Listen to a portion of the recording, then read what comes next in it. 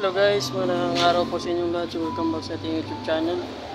So for this video ay papakita ko lang po sa inyo mga lods dito sa ating Peace Wi-Fi, no? Dito sa dito sa lugar ng ating mga clients. Ayan po, kasama with Power Boston John Peace Wi-Fi, no?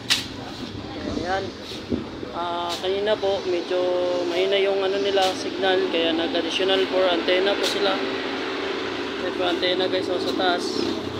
So yung cell site niya is papunta sana doon sa kabila, kaso medyo may marami po kasi mga kahoy. Yan, kaya yung namin doon sa cell site.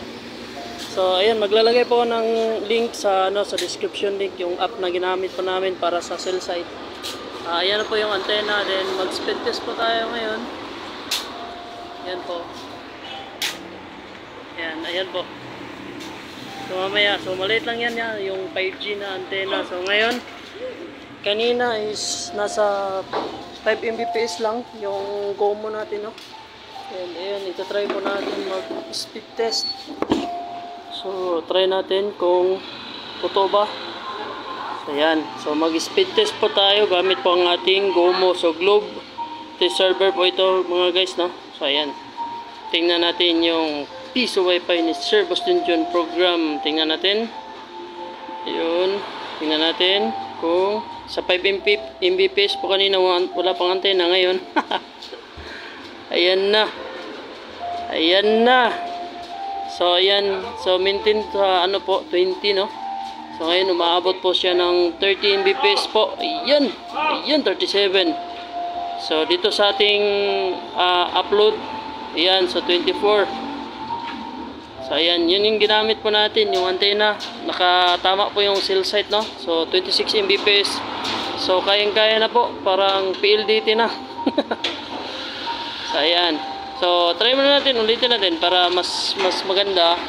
So 37 to 26, no? So pasensya, medyo maingay po yung background po natin. So ayan, try natin ulit. Speed test.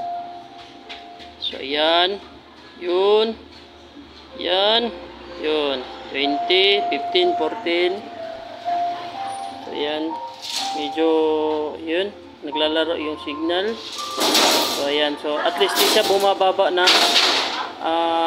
di siya bumababa ng 20, no? Mbps. So okay na yan kaysa 10. Nakaraan po is 10 lang po tayo. Ngayon, umabot tayo ng 37, 38. Ayan, pumapalo yung niya, laro. Ayan. Medyo maingay na nga yung background guys, no? Ayan, okay na. So 28 to 33 Mbps. So yung gamit ko is antenna na 5G. So ayan, lalagay ko lang po tong link na ginamit po natin.